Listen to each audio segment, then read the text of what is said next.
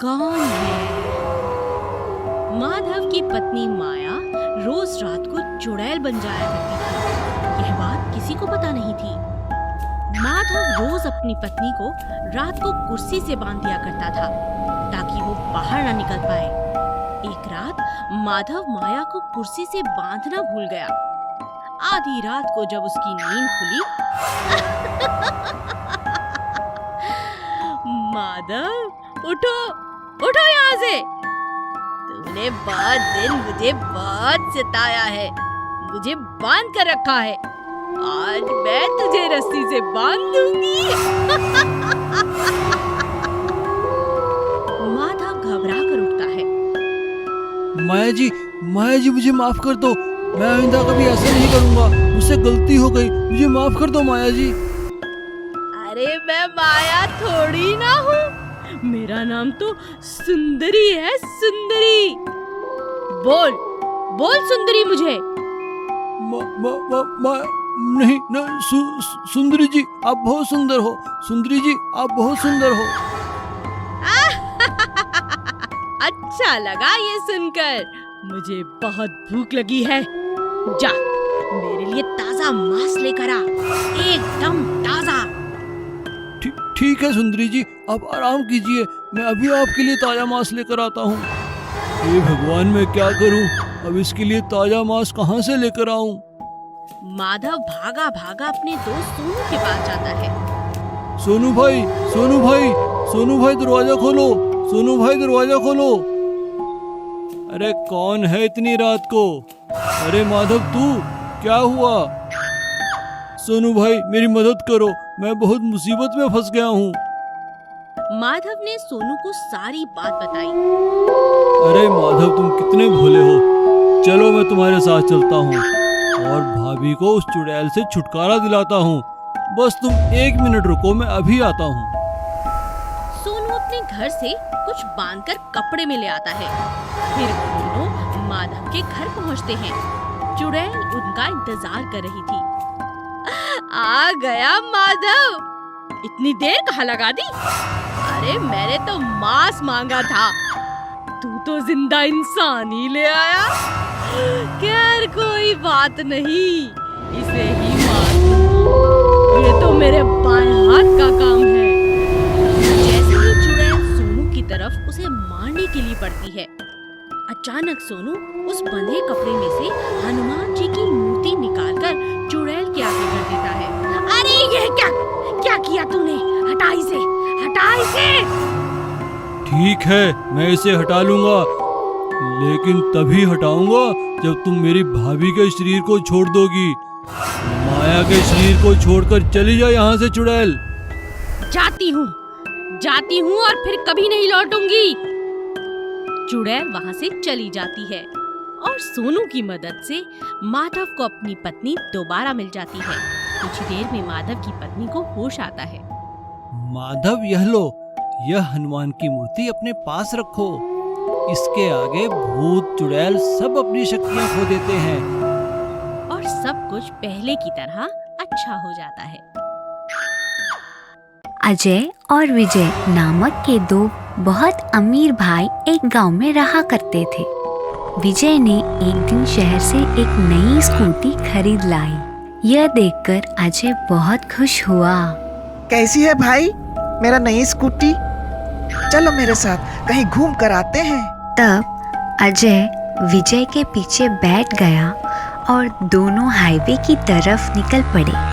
थोड़ी दूर जाते ही अजय को सड़क के किनारे एक खूबसूरत औरत खड़ी हुई दिखाई दी। तुरंत ही विजय को उसने लड़की के पास गाड़ी रोकने के लिए कहा। विजय ने गाड़ी रोक दी। आप कहें तो आपको हम लिफ्ट दे दें? चलो मेरे पीछे बैठ जाओ, मजे करेंगे। नहीं भाई, मेरा नई स्कूटी खराब हो जाएगा और इस औरत को बिठाने के लिए जगह भी नहीं है। चलो चलते हैं। तुम किसी काम का नहीं हो, तुम स्कूटी मुझे दे दो और तुम पैदल घर चले जाओ। मैं इस औरत के साथ मजे करके ही लौटूंगा। ऐसा बोलकर अजय उस औरत को पीछे बिठाकर तेजी से स्कूटी चलाने लगा और बीच बीच में जानबूझकर अचानक ब्रेक मारने लगा ताकि वो औरत उसके ऊपर गिरती रहे। उस औरत को अजय की चाल समझ आ गई और अचानक वह चुड़ैल के रूप में बदल गई और जोर जोर से अजय का गर्दन पकड़कर चिल्लाने लगी। तुरंत ही अजय स्कूटी बीच सड़क पे रोक दिया और डर के मारे रोने लगा। अरे कोई मुझे बचाओ, अरे बाप रे ये तो भूत है, मैं मर गया, बचाओ बचाओ हे राम।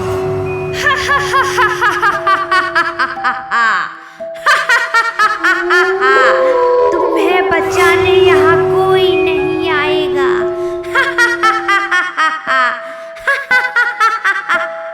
तभी अजय को चुड़ैल ने जोर से थप्पड़ मारा और स्कूटी लेकर गायब हो गई और अजय रोते रोते पैदल घर को लौट गया। अरे भाई, मेरी नई स्कूटी किधर है? अजय ने उसके साथ हुई पूरी घटना विजय को बताया और ये सुनकर विजय ने अजय को एक जोर का थप्पड़ मारा। धीरजपुर नामक एक गांव में एक भयानक चुड़ैल रहती थी। उस चुड़ैल को बच्चे बहुत पसंद थे। इस वजह से पूरी गांव मिलकर कुछ साल पहले उस चुड़ैल को एक गोदाम में बंद कर दिया था। उसी गोदाम के पास दो बच्चे बॉल खेल रहे थे और गलती से बॉल गोदाम के अंदर जा गिरा। अरे चिंटू, मेरा बॉल गोदाम के अंदर चला गया है, अब क्या करें? बिट्टू और चिंटू मिलकर उस गोदाम के दरवाजे तोड़ दी और अपना बॉल लेकर बाहर आ गए। तभी वो चुड़ैल भी मुक्त होकर गोदाम से बाहर आ गई।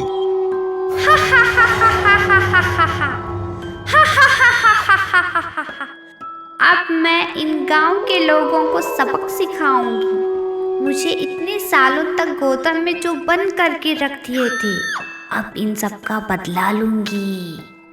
ऐसा बोलते हुए वो चुड़ैल बलराम के घर के पास चली गई। अरे सुनीता, बिट्टू को जल्दी से अंदर लाओ, ये चुड़ैल फिर से गांव के अंदर आ गई है। बलराम, मुझे तुम्हारा बच्चा चाहिए, जल्दी से उसे बाहर भेजो।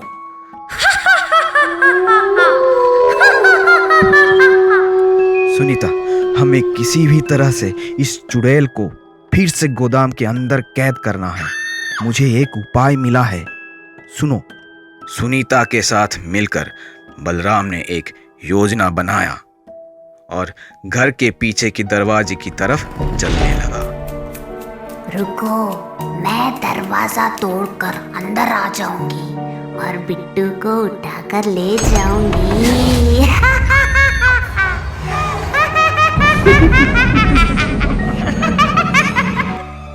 चुड़ैल ने दरवाजा तोड़ दी और बलराम, सुनीता और बिट्टू को पीछे के दरवाजे से भागते हुए देखी और उनके पीछा करते करते उसी गोदाम के पास पहुंच गई। सुनीता, तुम गोदाम के सामने की तरफ छुप जाओ और मैं बिट्टू को लेकर गोदाम के पीछे के दरवाजे से भाग जाता हूँ। किधर हो बिट्टू? बिट्टू, किधर हो?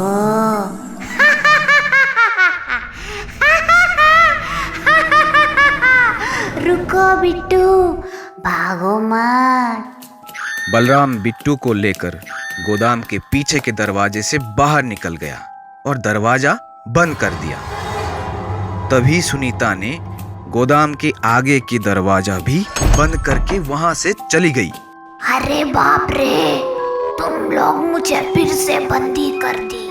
तुम लोगों को पाप लगेगा। हे राम, मैं तो मर गई।